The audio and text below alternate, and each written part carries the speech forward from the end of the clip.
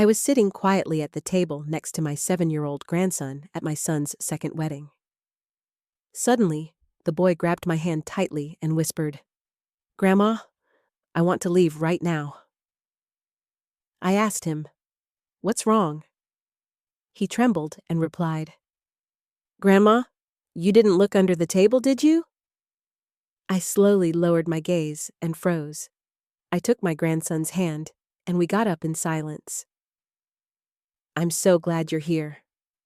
If you're watching this video, please like and subscribe to the Aunt Millie's Tales channel, and tell me in the comments where you're listening to my story of revenge from. I want to know how far it has reached." I was sitting in the middle of the wedding hall, a grand ballroom in a historic Chicago hotel, aglow with the soft, flickering light of 1,000 candles. Beside me was my little grandson, Leo, the boy I love more than life itself. Today was the wedding of my son, Michael, to his second wife, Emily. My sweet Leo was busy pushing his little red toy car back and forth across the immaculate white tablecloth. His clear blue eyes seemed immersed in a world of his own, a world where the cacophony of adult chatter and clinking glasses didn't exist. I looked at him, and my heart melted with a familiar ache of love and sorrow. I carefully straightened the tiny, slightly crooked bow tie at his neck, a gesture as gentle as if I were caressing the memory of his mother, Grace, whose every tender smile I still remember as if it were yesterday. The soft, soulful melody of a live jazz band filled the room, blending with the murmur of conversations and the celebratory clinking of wine glasses. The ballroom was decorated with an impressive, almost overwhelming luxury. Towering arrangements of pristine white roses stood as centerpieces on every table, and the candlelight reflected off the gleaming silver plates, creating a sea of shimmering lights. I looked up, my eyes searching for Michael through the crowd. He was busy, moving from table to table, raising his glass in a toast to thank the guests, a radiant smile plastered on his face that seemed, to my knowing eyes, to be a desperate attempt to hide the profound emptiness I knew he still carried in his heart since Grace left us. In the distance, Emily, my son's new wife, was a vision in her intricately beaded wedding dress, posing for photos with a gaggle of her friends. Her smile was flawless, without a single cloud, as if the entire world belonged to her at that moment. I looked at her practiced perfection, and felt a strange, cold knot form in my chest. A weird, unsettling sensation. I tried to ignore it, telling myself I was just being an overly sensitive old woman, clinging to a past that was gone. Waiters moved with practiced grace between the tables, their movements silent and efficient, serving more wine, clearing empty plates, and arranging napkins with professional precision. An elderly couple, old friends of the family sitting at our table, turned to me with a kind, familiar smile. "My, how fast Leo is growing up. How old is he now, Eleanor?" the woman asked. I managed a small smile and replied in a soft voice, "He just turned 7. Time flies, doesn't it? Then I turned my attention back to my grandson, cutting a small piece of the wedding cake to give to Leo. The boy looked up, his eyes shining with a brief flash of gratitude, but he immediately lowered his head again and continued pushing his toy car, as if only that small, inanimate object was the place where he truly felt safe. Suddenly, Leo stopped. His little hands stilled their motion, the red car frozen mid-journey on the white linen. His round eyes looked up at me with a seriousness that was not normal for a 7-year-old boy. I was a little startled, a sudden sharp feeling of dread running through my body like an electric current. He grabbed my hand tightly, his little fingers ice cold against my skin. In an urgent, hushed voice, he whispered, "Grandma, I want to leave right now." His voice trembled, as if he were holding back a terror he couldn't explain or articulate. My heart began to race, pounding against my ribs. I leaned over him, placing a hand on his small, tense shoulder. "What's wrong, my boy?" "Tell Grandma what it is." Leo shuddered, pressing his lips together into a thin white line. And then he whispered again, so softly that I had to lean my ear closer to hear him. "Grandma, you didn't look under the table, did you?" His words were like a shard of ice piercing my chest. A terrible, suffocating anguish began to grow inside me, making it hard to breathe. I tried to stay calm, to project an aura of control I didn't feel, and stroked his hair. But his gaze, the pure, unadulterated panic in the eyes of a boy of just 7, prevented me from ignoring his plea. "It's okay, my love. Let your grandma look," I said, my voice a strained attempt at calm, meant to soothe him even as my own heart was pounding a frantic rhythm of fear. Carefully, so as not to draw attention, I lifted the heavy edge of the white tablecloth and peered into the dark, cavernous space under the table, where the ornate wooden legs of the chairs stood like trees in a dark forest, and Leo's little dress shoes were swinging nervously. And then I saw it, a small piece of paper, folded neatly in 4, lying there right next to Leo's chair.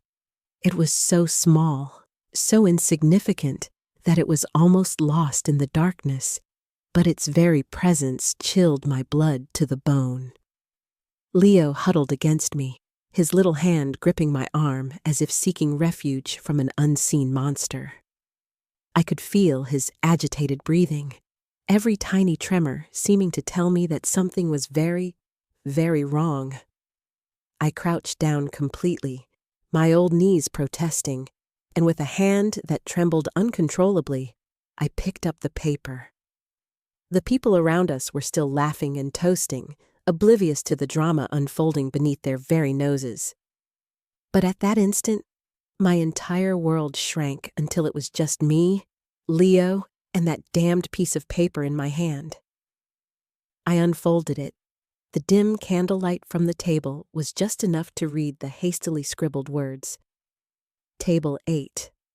Add shrimp to the child's serving. A few simple words, but they were like a direct punch to my heart. I felt the blood turn to ice in my veins, and the air got stuck in my chest, burning my lungs. Leo is severely allergic to shrimp. It was something my entire family knew perfectly well, a fact that was as fundamental to his care as knowing his name. A single piece of shrimp, even a small one, would be enough to send him into anaphylactic shock, to put his precious life in mortal danger. Who could have written this? Who could be so monstrously cruel, right here, on my son's wedding day? I squeezed Leo's hand, feeling his little fingers tremble in mine. I stood up abruptly, not caring about the surprised looks from the people around me. The elderly couple nearby stopped talking mid-sentence and looked at me with open concern. I hugged Leo with all my strength, as if I feared he would vanish if I let him go. The laughter and the music continued, but for me, everything had become a heavy, suffocating silence. Memories of other times, happier times, flooded my mind, taking me out of that gleaming, treacherous wedding hall and back to the years when our family was whole. I once thought my son's home would always be filled with laughter. But life, like a sudden, violent gust of wind, extinguished that flame of happiness, leaving me with scars that would never truly heal. I remember Grace, my first daughter-in-law, like I remember the morning sunlight streaming through the kitchen window at dawn. Her smile was tender and warm, and she always made me feel like I was in the arms of a true daughter, the daughter I never had. Grace never raised her voice, never did anything that worried me. She was one of those rare people who, just by looking at them, made you feel at peace with the world. I still remember those very windy afternoons in the suburbs of Phoenix when I would arrive at Michael and Grace's little house. The joyous laughter of Leo, who had just started to walk, would echo in the backyard as he chased a colorful rubber ball. Grace would be on the porch with a basket of freshly picked vegetables from her garden, smiling as she watched her son. "Mom, Eleanor, try the chili I made. See what you think," she would often say to me, her voice full of pride as she placed a warm bowl in front of me. I would sit there, eating and talking with her about simple things: the price of groceries, a funny story from the neighborhood, while Leo crawled on the floor, clinging to an old, worn-out toy car.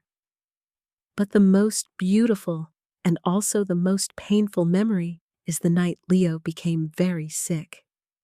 He had a terrifyingly high fever. His little body burned to the touch, and his eyes could barely open, with no strength left even to cry. Grace held him in her arms while tears rolled silently down her cheeks, her face a mask of maternal terror. "Mom, Eleanor, I'm so scared," she whispered, her voice trembling. I sat next to her, taking turns placing damp cloths on his forehead, trying to calm her. "Don't worry, honey. The boy is strong. He's going to be okay," I said, my own voice betraying my fear.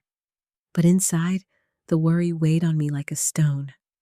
I stayed up with Grace until dawn, when the first faint rays of sun appeared, and Leo's fever finally broke.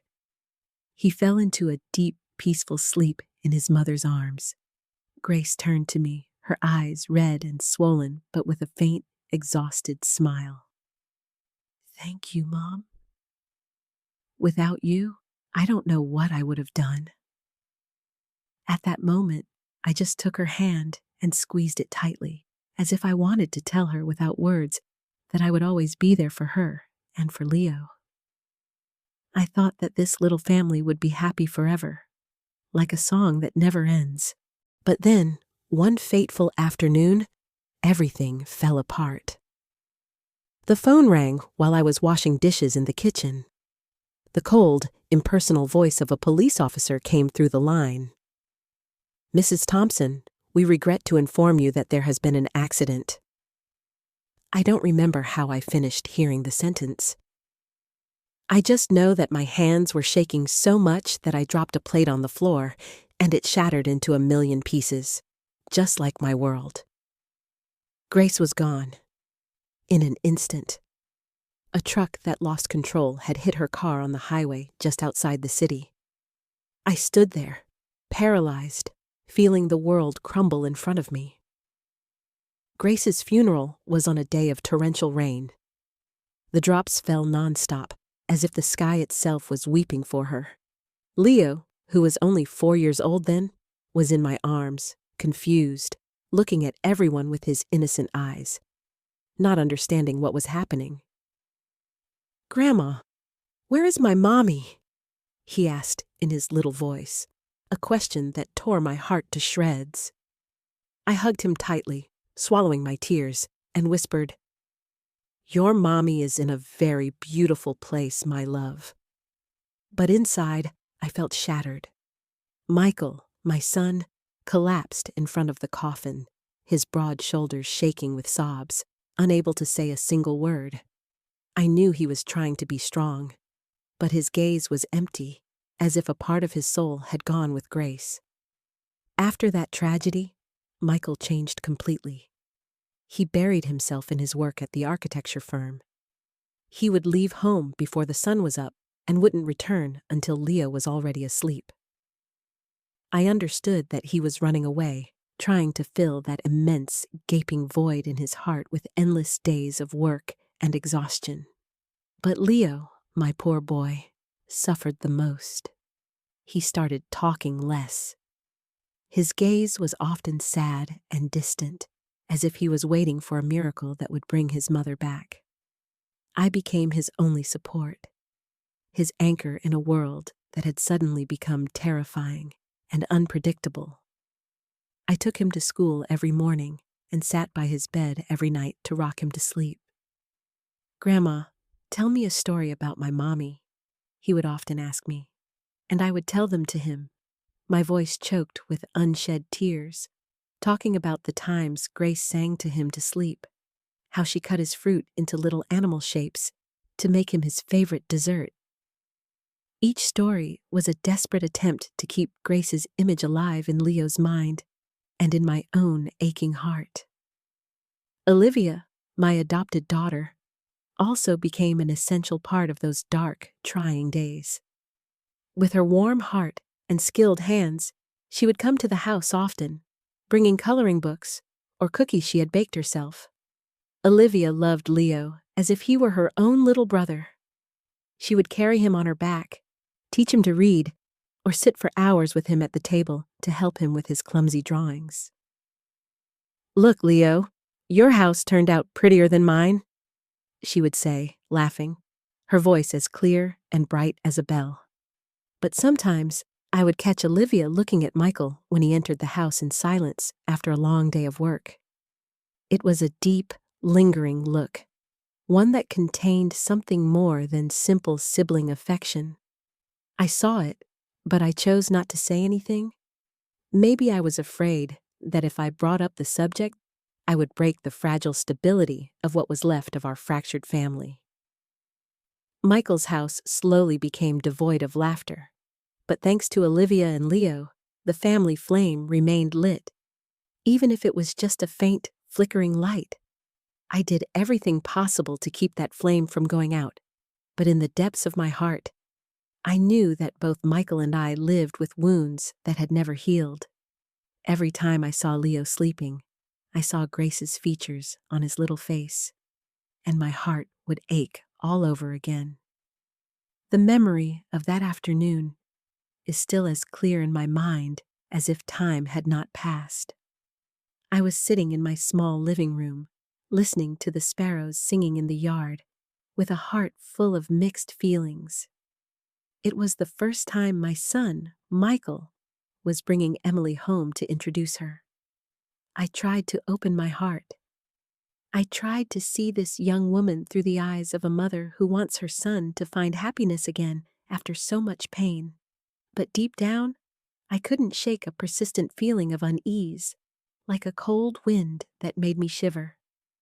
That afternoon, Michael arrived later than usual. I was in the kitchen, preparing the tacos that Leo loves so much, when I heard the front door open. Michael came in with a strange, unfamiliar glow on his face. His eyes lit up in a way they hadn't since his youth, when he used to talk about Grace with a passion he couldn't hide. "Mom?" he said, his voice choked with emotion, leaning against the doorframe. "I want you to meet someone." I stopped what I was doing and looked at him, feeling a bit of nervousness flutter in my stomach. "Someone special?" I asked, trying to keep my voice calm. Michael smiled, a wide, genuine smile I hadn't seen in years.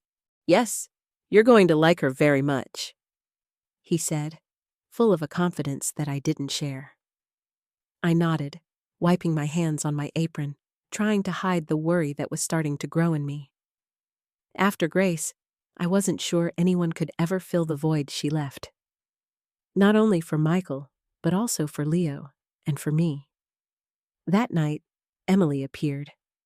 She entered my house in an elegant, light blue dress, her blonde hair perfectly styled in waves that framed her face, and her lips painted a soft, demure red that curved into a smile. That smile, I must admit, was charming, as if she had rehearsed it in a mirror 1,000 times to please anyone she met. "It's a pleasure to meet you, Mrs. Thompson," she said in a sweet, melodic voice, bowing her head slightly. I returned her smile, invited her in, and served her a cup of hot, aromatic coffee. "Your house is so cozy," Emily said, as her eyes scanned the family photos hanging on the wall, where there was one of Grace hugging a very tiny Leo. I nodded and thanked her.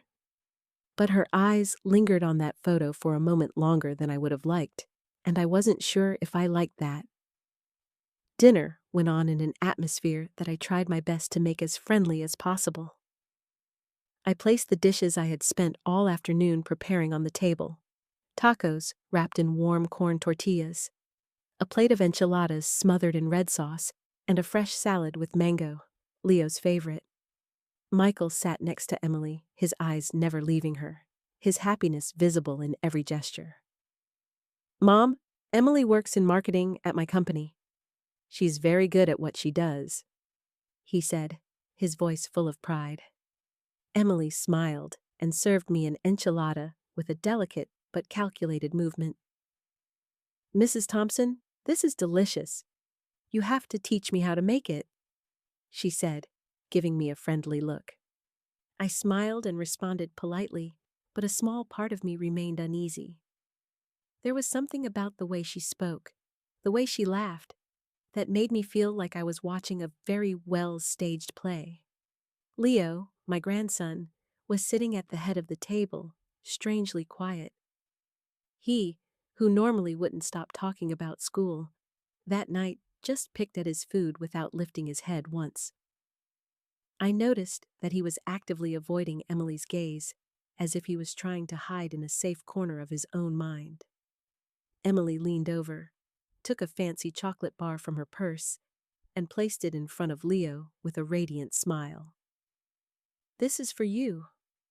"It's very good, Leo," she said, her voice as sweet as honey, as if she were trying to win him over with a simple offering. But Leo remained still, his little hands gripping his silverware, and then he simply turned his face away without touching the chocolate. I saw a flash of fear in his eyes, and I felt as if my heart would shrink. Michael frowned, about to scold his son. "Leo, what's wrong with you?" "Emily is giving you some candy," I quickly intervened. "It's nothing. He's probably just a little tired. Leave him be, son." Michael sighed, but didn't say anything else and turned to serve Emily more wine, as if he wanted to lighten the mood. Olivia, my adopted daughter, was also at dinner. She sat across from me, eating in silence, but I noticed how her gaze darkened when Emily took Michael's hand under the table. Olivia has always been a very sensitive girl, and I know she loves Michael like a brother. But sometimes I wonder if that feeling isn't deeper. When Emily took Michael's hand, Olivia's hand stopped over her glass, and I saw her fingers tighten slightly. She didn't say anything. She just lowered her head and continued eating. But that silence was heavier than any words. I wanted to ask her. I wanted to understand what was making her sad, but I knew it wasn't the right time. After dinner, Emily insisted on washing the dishes, even though I refused several times. "Mrs. Thompson, let me. You rest," she said with an overflowing, almost theatrical enthusiasm. I reluctantly agreed and watched her go into the kitchen, roll up her sleeves, and hum a cheerful tune while she cleaned. I must admit that she did everything impeccably. The dishes were neatly stacked, and the sink was sparkling. For a moment, I thought, this girl seems very caring. But then, when I went out into the living room, I saw Leo sitting, coloring, with his little hands clutching a crayon. Emily approached and sat down next to him, praising him. "You draw so well, Leo." "What is it?" "Let me see." But Leo immediately let go of the pencil and leaned back with an expression of deep distrust, as if she were a threat. Emily glanced at me and quickly forced a smile, as if to cover up the awkward moment. "What a shy boy," she said in the same sweet voice, but I saw something strange, something cold and hard flash in her eyes. Michael, meanwhile, didn't seem to notice anything out of the ordinary. He was busy serving more wine, telling funny anecdotes from work, and laughing loudly every time Emily told a joke. The introduction ended with my son completely satisfied, seeing Emily off at the door, with his eyes fixed on her as if there was no one else in the world. I stood there, watching them walk away, with a strange, heavy feeling in my heart, as if something wasn't quite right. Time passed, and Emily gradually, insidiously, became a part of our lives. One weekend morning, with the bright California sun flooding the living room through the windows, I was knitting a scarf when Emily appeared, smiling from ear to ear. "Mrs. Thompson, I want to take Leo to the park today. Is that okay?" she asked, her voice full of enthusiasm. I looked at Leo, who was on the floor, playing with his wooden blocks, his face expressionless. "Of course, I'm sure he'd love it," I replied, forcing a smile, even though I felt a little doubt inside. Michael had gone to work, and I thought maybe a little fresh air would do Leo good. Emily took Leo's hand and led him toward the door, while I watched them go with a strange heaviness in my heart. When they returned, Emily came in with a triumphant smile. "He had so much fun. He wouldn't stop going down the slide, and he even asked for another ice cream," she recounted, her voice full of excitement. But when I looked at Leo, I saw that his shirt was dirty, with some dried dirt stains on the blue fabric that I had ironed myself that morning. He was silent, with his toy car in his hand, without saying a single word about his outing. "Did you have fun, my boy?" I asked, crouching down to stroke his hair. He just nodded slightly, looking away. I wanted to ask him more, to know why he was so quiet, but Emily intervened with her always sweet voice. "I already told you, Mrs. Thompson, he loved it." I nodded, but inside me, a small piece of the puzzle of doubt began to form. On another occasion, while Michael was at work, Emily showed up unannounced. I was in the kitchen, preparing chili for lunch, when I heard her talking to Leo in the living room. At first, her voice was soft, but suddenly, I heard a harsh phrase. "Stay still, Leo." "Don't make a mess. You're a big boy now, but you still act like a baby." I stopped dead in my tracks, my hands still over the onion I was chopping, and a chill ran through my body. I came out of the kitchen, and instantly, Emily changed her tone, becoming as sweet as if nothing had happened. "Our Leo is so clever. Look at the tall tower he built," she said, pointing to the wooden blocks the boy was playing with a radiant smile. But Leo just pressed his lips together and looked at me, as if asking for help. I tried to smile and said, "Yes, he's very skilled." But inside, the unease was starting to grow, like a small thorn digging into my heart. I tried to calm myself. Surely she's not used to children. Anyone is a bit clumsy at first. Leo's 7th birthday is a memory I will never forget. Olivia, my adopted daughter, spent all morning baking a chocolate cake, Leo's favorite. When she arrived with the cake and placed it on the table with its candles lit, Leo shouted with joy. His eyes lit up for the first time in months. "Aunt Olivia, this is my favorite cake," he exclaimed, running to hug her. She smiled, stroked his hair, and told him tenderly, "I made it for you, my love. Eat a lot." I watched them with a warm heart, feeling that the family flame was rekindled. Emily was also there, but she only clapped in a forced, perfunctory way, standing in a corner with a weary smile. Her only gift for Leo was an indifferent pat on the shoulder and a happy birthday champ. I saw how Leo shrank a little, avoiding her gaze, and my heart ached again. I wanted to say something, but I stayed quiet, telling myself not to get too involved. Another time, Michael took Emily and Leo to the grocery store. I stayed home, but when they returned, I heard Emily complaining in an irritated tone. "Leo dropped a whole bag of candy at the checkout, and I had to pay for it." What a clumsy boy. Michael frowned and turned to scold his son. "Leo, you're a big boy now. You have to be more careful." I saw Leo lower his head, with his hands intertwined, and his eyes sought mine, as if asking for help. I quickly approached and put a hand on his shoulder. "Don't worry, my boy. It was just some candy." But inside, I couldn't stop wondering why Emily got so angry so easily with a child. Why couldn't she be as gentle as Grace had been? One afternoon, when I went to pick up Leo from school, his teacher took me aside and said in a low but concerned voice, "Mrs. Thompson, lately Leo has been talking less and seems very withdrawn. Is something happening at home?"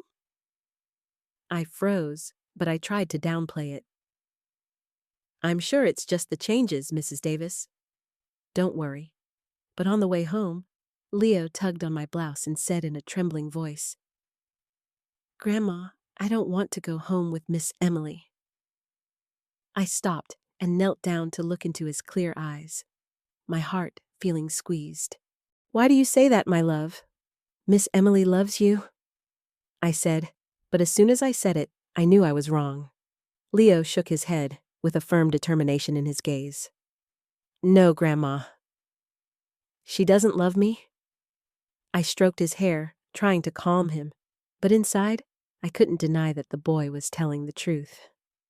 Olivia, who was nearby, had heard everything. She turned away in silence, but I saw how her shoulders moved slightly, as if she were holding back a sigh.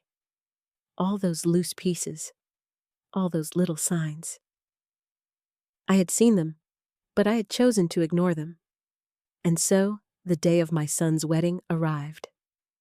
That afternoon, the golden sun of a perfect Chicago autumn streamed through the large ballroom windows, bathing the room in a radiant light as if wanting to celebrate my son's happy day. I was sitting at table number 8, next to my grandson, Leo, and Olivia, my adopted daughter. Leo was playing with his red toy car, whispering a soft, "Vroom, vroom." I looked at him, and my heart filled with tenderness. Olivia, in a simple but elegant beige dress, was sitting on the other side, leaning over from time to time to say something in Leo's ear, with a smile as sweet as the morning sun. "Eat another little piece of bread, my boy," she said, breaking off a small piece for him. I smiled at the sight, feeling a little comfort in my heart. Although our family had gone through so much pain, the presence of Olivia and Leo was always the fire that warmed my soul. Michael, my son, dressed in an elegant navy blue suit, was walking between the tables, toasting with relatives. His face was overflowing with happiness. His radiant smile seemed to want to erase the dark years that followed Grace's death. I looked at him, feeling a mix of pride and sadness. I wanted to believe that he had found a new happiness, that Emily, the dazzling bride in her beaded wedding dress, would give him a new home.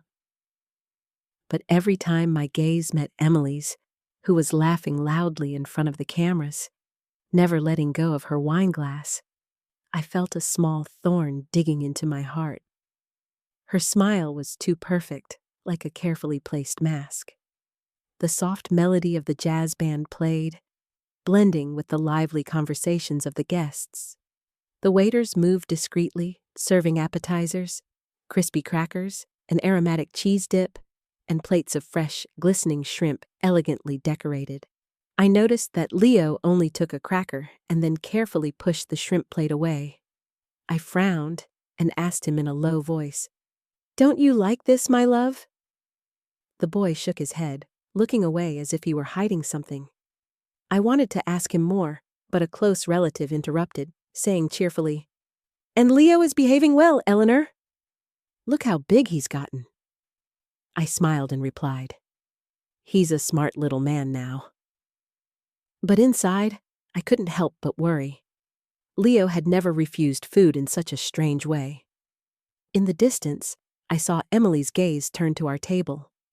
The smile on her lips seemed to tighten for a second, just enough for no one to notice, before she turned to continue toasting with another guest. I tried to dismiss my uneasiness, telling myself I was overthinking. But then, everything changed in an instant. Leo, who was still playing with his toy car, pushed it too hard, and the toy rolled onto the floor. The boy quickly crouched down to pick it up, but I saw him freeze, his eyes wide, fixed on something under the table. I leaned over to ask him what was wrong when Leo pulled out a small piece of paper, folded in four. With trembling hands and a pale face, he immediately clung to my hand and whispered urgently, "Grandma, let's go. Please, let's go now." My heart started pounding as if it wanted to jump out of my chest. "What's wrong, my boy?" I asked, trying to stay calm, but Leo's panicked look prevented me from doing so. Trembling, he repeated that question that chilled my blood. "You didn't look under the table, did you?" His words were like a cold knife that paralyzed me.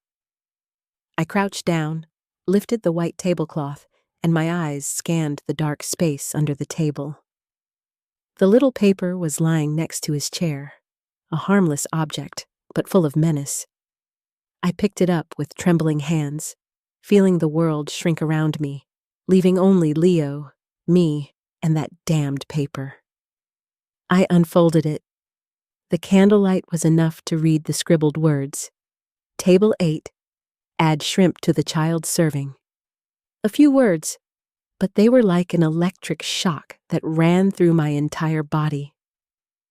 I subconsciously crumpled the paper in my hand. The music, the laughter, everything around me seemed to sink into an abyss from which I couldn't escape.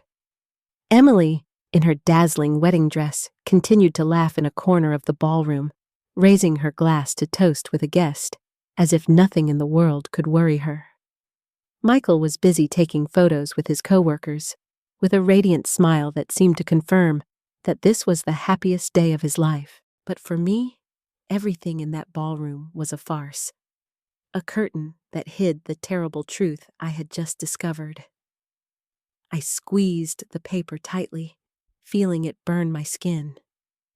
Leo, the grandson I loved more than my own life, had almost become the victim of an evil plot right on his father's wedding day. I turned to Olivia, my adopted daughter, who was sitting next to Leo. Her eyes were filled with concern when she saw my expression. "Take care of Leo, please," I said, trying to stay calm, although I knew I couldn't hide the tremor in my voice. Olivia nodded, pulling Leo closer to her and hugging him tightly, like a protective shield. "Where are you going?" she asked me in a low voice, but full of anguish. I just shook my head without answering, because I didn't even know what I was going to do next. I quickly went out into the hallway, my legs heavy as if they were carrying lead, but with my heart pounding, urging me to act. Near the bar, I saw a group of waiters chatting. Their laughter sounded like a painful contrast to the storm that was raging inside me. I recognized David, the young man who had brought the food to our table several times.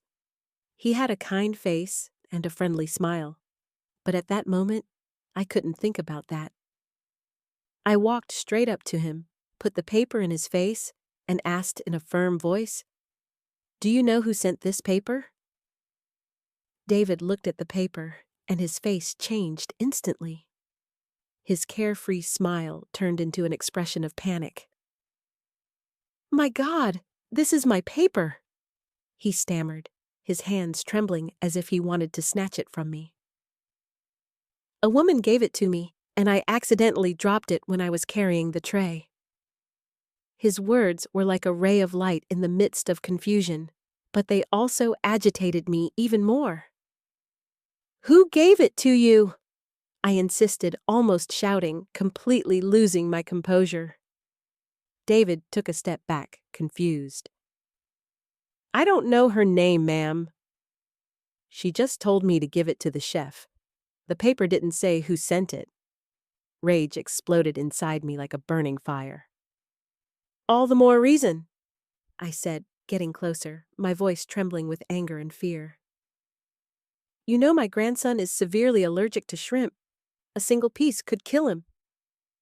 David turned pale, his eyes wide with horror, and shook his head frantically. "Ma'am, I really didn't know. I just followed the note. I had no idea about anything." His voice broke, as if he too was trapped in this nightmare. The other waiters began to whisper among themselves, looking at each other with curiosity and concern. I squeezed the paper in my hand, feeling it burn my skin. I wanted to scream.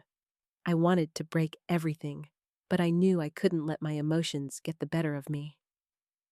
Leo was waiting for me, and I had to protect him. From inside the ballroom, the MC's voice cheerfully announced that they should get ready for the main course. His voice was like a cruel reminder that time was running out, and if I hesitated, a deadly trap could be waiting for Leo. I took a deep breath, trying to control the trembling in my body. I knew I couldn't stay silent. If I didn't act right now, I would never forgive myself. I returned to the ballroom with the paper still in my hand, as irrefutable proof of a sinister plan. The ballroom was still flooded with candlelight, and the music of the jazz band mixed with the laughter of the guests. The waiters silently served the main courses, and the aroma of roasted meat and gravy filled the air. But for me, everything was a farce. I looked at Leo, huddled next to Olivia, his clear eyes full of fear, fixed on me as if I were his only refuge in the middle of the storm. I took Leo's little hand, feeling his trembling fingers in my palm, and then, as if driven by an invisible force, I stood up abruptly. My voice resonated clearly and firmly above the music and conversations. "One moment, please. Before we begin to eat, I have something to clarify." The whole ballroom fell silent, as if time had stopped. All eyes were on table 8, where I was standing with Leo by my side and Olivia sitting with a spark of determination in her eyes. The clinking of glasses ceased. The murmurs died down, and I could only hear the pounding of my heart in my chest. I held up the paper, the words scribbled on it an undeniable accusation. "Who wrote this paper asking for shrimp to be added to the food of the child at table 8? I asked, my voice trembling with indignation but forcing it to be clear and sharp. Whispers began to be heard, like small waves in a calm lake. Some guests looked at each other, shaking their heads with looks of curiosity and confusion. I felt Leo's gaze fixed on me, as if he were begging me to do something, to protect him. Michael ran from another table, with a smile on his face that quickly turned to concern when he saw my expression. "Mom, what's going on?" he asked, completely bewildered. I didn't answer him immediately. I just put the paper on the table and pushed it towards him. "Read it yourself," I said in a harsh voice, although inside I was a mess. Michael took the paper, his eyes scanned the words, and I saw his face turn pale and his hands tremble slightly. "What does this mean?" he asked, stunned, looking at me and then at Leo as if searching for a logical explanation. Emily, in her dazzling wedding dress, approached, frowning with a perfectly feigned surprise. "What is all this?" "Some kind of bad joke?" she said in a soft voice, but I noticed a flash of panic in her eyes. I looked at her directly in the eyes, my heart gripped by anger and fear. "My grandson is allergic to shrimp," I said, my voice trembling with indignation. "This is not a joke. This is an attempt at murder." My words fell like thunder, plunging the ballroom into a deathly silence. Some guests' mouths dropped open in astonishment, while others began to whisper, their eyes moving from me to Emily. Emily let out a forced laugh, a mask to maintain her composure. "Excuse me, Mrs. Thompson, but there is no name on the paper." "Are you going to believe a story that a child who found it made up?" she said with a mocking tone, trying to make me look like a paranoid old woman. Some guests began to comment doubtfully. "Maybe it's a misunderstanding. Who would do something like that at a wedding?" The blood boiled in my veins. Emily's audacity left me almost speechless. I wanted to scream. I wanted to tear off that wedding dress to reveal the truth. But I knew I had to remain calm, for Leo, for my family. Suddenly, Olivia stood up, hugging Leo tightly, her eyes reddened and fixed on Emily. "That's enough, Emily." Her voice sounded cold but full of pain, as if she couldn't contain herself any longer. Olivia stepped forward and slapped her, a smack that echoed throughout the ballroom. The dry, resounding sound broke the silence and the falsehood. Everyone froze, including me. Emily put a hand to her cheek, her eyes wide with shock, and then turned to Michael, sobbing. "You see? She's crazy with jealousy, and that's why she's attacking me. What have I done to deserve this?" Olivia didn't back down, her fists clenched and her voice broken with rage. "The only wicked person here is you. You wanted to harm an innocent child at your own wedding." Her words were like a knife that cut through the heavy air of the ballroom. The looks of doubt began to center on Emily, and I saw her freeze, her false smile fading. Michael was motionless. His gaze went from me to Olivia and Emily, as if he were trapped between two worlds. "Olivia, calm down," he said in a trembling voice, but I knew he was no longer sure who to believe. The murmurs of the guests grew, like a tide that carried all eyes toward me, toward Emily, and toward Leo, my little grandson, who was trembling in Olivia's arms. Emily tried to maintain her false calm, but I saw her hands shake when she spoke. "This is a slander. I'm sure someone put that paper there to ruin our wedding." Her voice was sharp, but I noticed the panic in her eyes, as if her perfect mask was starting to crack. I couldn't stand her audacity anymore. The anger inside me exploded like a fire that consumed all my patience. I hit the table hard, making the glasses shake. "That's enough!" I shouted, in a voice so cold that it silenced even the music of the jazz band. "David, come here!" The young waiter, David, approached from a corner, his face pale with fear. His eyes darted from side to side, as if he were trapped between the truth and the storm that was coming. I showed him the paper, my voice trembling but firm. "Confirm it. Is this the paper you received?" David nodded repeatedly, stammering. "Yes, ma'am, it is." A woman from the other table gave it to me, and I accidentally dropped it when I was carrying the tray. He lowered his head, as if he wanted to avoid my gaze. I felt my blood boil, but I forced myself to stay calm because I knew everyone in the ballroom was watching. Emily hurried to interrupt, in a sharp, almost desperate voice. "You're mistaken." "I don't know anything about that." But before she could respond, a weak voice, full of pain, was heard from behind. Gloria, Emily's younger sister, burst into tears and stood up from her chair. "It wasn't my sister. Emily who gave me that paper," the young woman said, trembling as tears ran down her cheeks. "She asked me to give it to the waiter." I swear I didn't know what was inside. A murmur of astonishment ran through the ballroom. "My God, I can't believe it." "How is that possible?" I looked at Gloria, and my heart softened. She was barely 18 years old. Her eyes were red and full of confusion, as if she too was trapped in this nightmare. Emily turned abruptly and yelled at her sister, her face disfigured with anger. "Shut up, Gloria! How dare you make up lies to harm your own sister?" Her voice was sharp, but I saw her lips tremble, as if she were struggling to hide the truth. Gloria backed away, trembling from head to foot, and said between sobs, "I'm not lying, sister. I just did what you asked."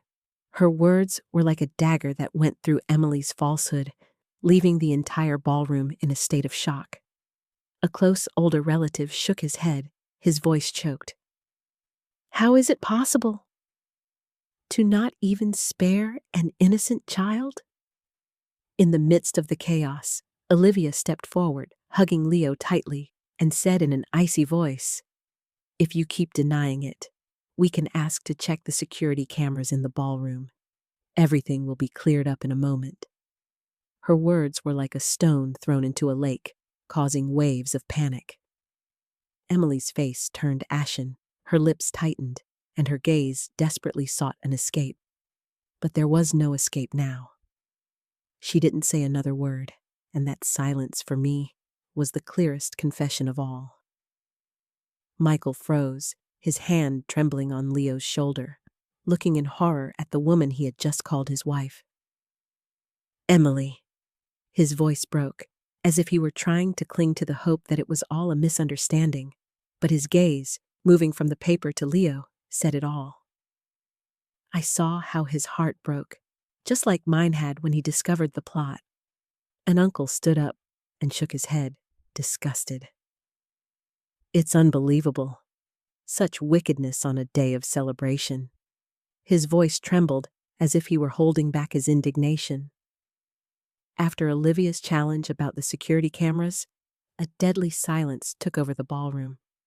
Emily, the woman I once tried to accept as part of my family, stood there, her face pale and her lips pressed together, looking for one last excuse. But the truth was exposed, and she had nowhere left to run. Michael, my son, walked slowly toward her, his face tense and his eyes red, and asked her, "Emily, tell me the truth. Is it true?" His voice trembled, as if he were begging for a glimmer of hope that it was all a mistake. But I knew that deep down, he also felt the painful truth. Emily took a step back, trying to force a twisted smile, but her eyes betrayed her panic. "You don't believe me?" she said in a broken voice, as if trying to cling to the last drop of Michael's trust. "It's all their plan. I didn't do anything." But her words sounded weak, like a wind about to die out before a storm. I looked at her, my heart heavy with indignation and pain. This woman, I thought, would bring my son happiness, was now standing in front of me like a stranger, a danger I hadn't seen before. Olivia, my adopted daughter, put a hand on Michael's shoulder and said in a voice she was holding back with all her might, "Leo almost died because of this woman." Her words were as sharp as a knife. Emily yelled desperately, "Shut up! You're just a jealous intruder!" But Olivia didn't move. She was trembling with rage, but stood firm, like a shield for Leo. "How dare you call me jealous?" Olivia responded in an icy voice. "Look this child in the eyes and tell me you didn't try to hurt him." Leo clung to me, his little hand squeezing mine, as if he feared being dragged into that nightmare. The guests began to stand up. The festive atmosphere had completely broken. A relative of our family, Mr. Johnson, hit the table with anger. "This is a disgrace! We can't let this go!" Murmurs of support were heard, like waves that grew and drowned Emily in everyone's looks of contempt. Michael, trapped between truth and love, cried out, his voice broken with pain and indignation. "Leo is my son! You tried to kill my son at our own wedding!" His words were like a direct stab to Emily's heart, and I saw her burst into tears. But those tears, I knew, were not of repentance, but of being discovered. I placed the paper on the table and declared in a firm voice, "Anyone who tries to harm my grandson will never have the right to set foot in this family." My words resonated, clear and unyielding, like a sentence. Emily looked up, her eyes full of fire, but I saw defeat in her gaze. She had lost, not only to me, but to the truth. The hotel security personnel approached, and in a polite but firm manner, asked Emily to leave the ballroom. "Ma'am, please come with us," one of them said in a cold voice. Emily backed away, looking for help, but no one sided with her. Many guests shook their heads, leaving their half-empty glasses and sighing with resignation. "Unbelievable," one whispered. "How can someone be so cruel?" Another said, horrified. Michael stood motionless, his hands on his head, as if trying to keep his world from collapsing. Then, as if he no longer had the strength to stand, he slowly knelt in front of Leo, his voice choked. "Son, forgive me. Forgive me, my boy, for not protecting you." I saw tears run down his cheeks, and I felt my heart break in two. I helped Michael get up, squeezing his shoulders, and said in a grave but confident voice, "Luckily, we stopped it in time. This false happiness has to end here and now." I looked at Emily, who was being escorted out amidst looks of contempt, and in my heart, I knew that she never was, and never would be, a part of this family. In the days that followed that nightmare wedding, my family was caught in a silent whirlwind, where wounds still bled and unanswered questions floated in the air. I felt as if I had just woken up from a nightmare in which I almost lost Leo, my grandson, whom I love more than life itself. The story of the failed wedding spread everywhere, from the small suburban streets to the conversations of distant relatives. The house phone wouldn't stop ringing.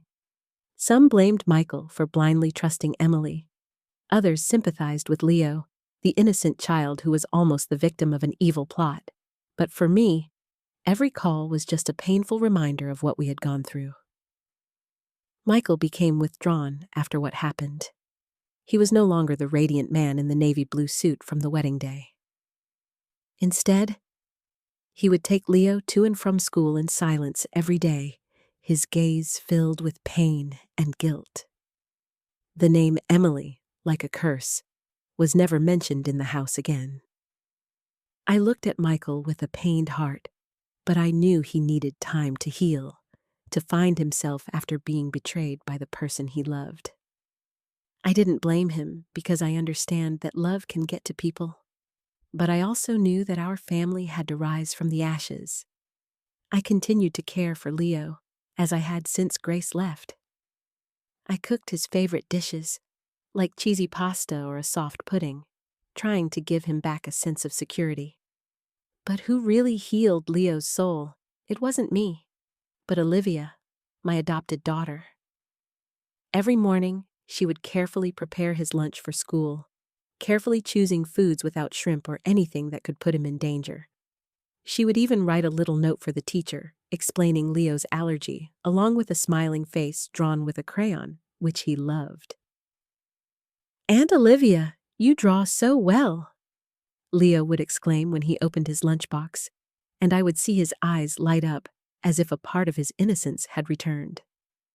Every afternoon, Olivia would take Leo to the nearby park. I used to watch them from a distance, seeing how she taught him to fly a kite, showing him how to hold the string so it would fly high. Once, Leo fell off the slide, and Olivia ran to him, picked him up, brushed the dust off his clothes, and whispered, "It's okay, my love. I'm here." Leo's clear laughter echoed, a sound I thought I had lost forever, and which was now like a balm for my heart. I looked at Olivia with infinite gratitude, because she was not only a sister to him, but also like a second mother, filling the void that Grace had left. One night, when Leo had a high fever, I saw Olivia spend the night by his side. She sat on a chair next to the bed, placing damp cloths on his forehead, while she quietly told him the story of a brave sparrow that flew through a storm. I stood at the door, watching in silence, and I realized that Michael's gaze followed Olivia for a long time. It was a complex look, full of gratitude and remorse, as if he was realizing something he had ignored for a long time. I didn't say anything, I just retreated in silence, giving them their space. But in my heart, I began to hope that maybe there was a light at the end of our family's dark tunnel. One night, During one of the rare dinners where we were all sitting together around the table with the warm pasta I had prepared, Leo suddenly looked up, his clear eyes fixed on Olivia.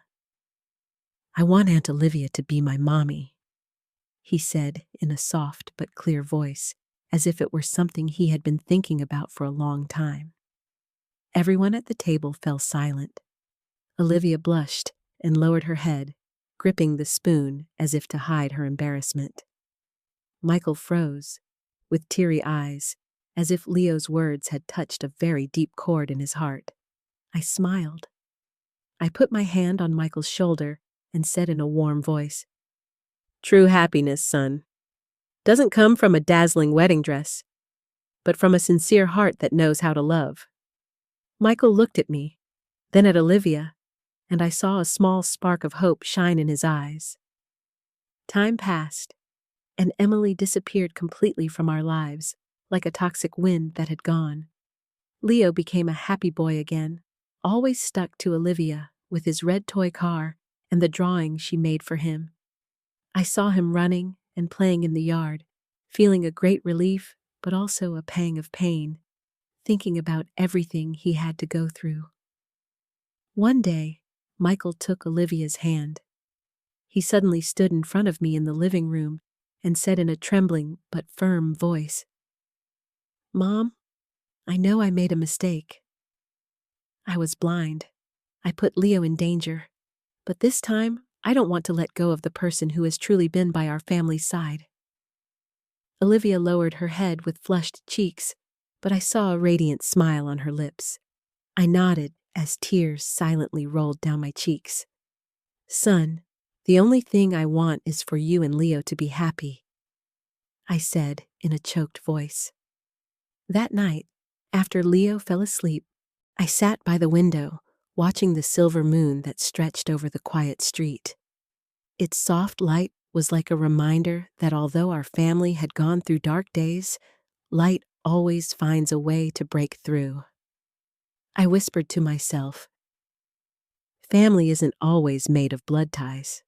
Sometimes it's chosen with love and courage. After that grim wedding, a new chapter, full of light, had truly begun for my family. I looked toward the yard where the kite that Olivia and Leo had flown the day before was still there, and I knew that although the old wounds might never fully heal, we would continue on together with love and strength as our support. After going through all this, I understood something very important, that in life there are losses that cannot be replaced, betrayals that break the heart, but sincere love will always be the light that illuminates the way. Family is not only built with blood ties, but also with choices, with the courage to protect each other from darkness and danger. It is sacrifice and true affection that brings lasting happiness, not false appearances. I want everyone to remember to listen. You have to let your heart guide you, because sometimes a small gesture of attention can save a life, and it is kindness that gets us out of nights that seem to have no end. The story you have just heard has been modified in names and places to protect the identity of the people involved. We do not tell this to judge, but with the hope that someone will listen and stop to reflect. How many mothers are suffering in silence inside their own homes? I truly wonder, if you were in my place, what would you have done? Would you have chosen silence to maintain peace? Or would you have dared to face everything to reclaim your own voice? I would like to know your opinion, because every story can become a candle that lights the way for others. God always blesses us, and I am sure that courage will lead us to better days. Meanwhile, on the final screen, I will leave you two of the channel's favorite stories. I am sure you will be surprised.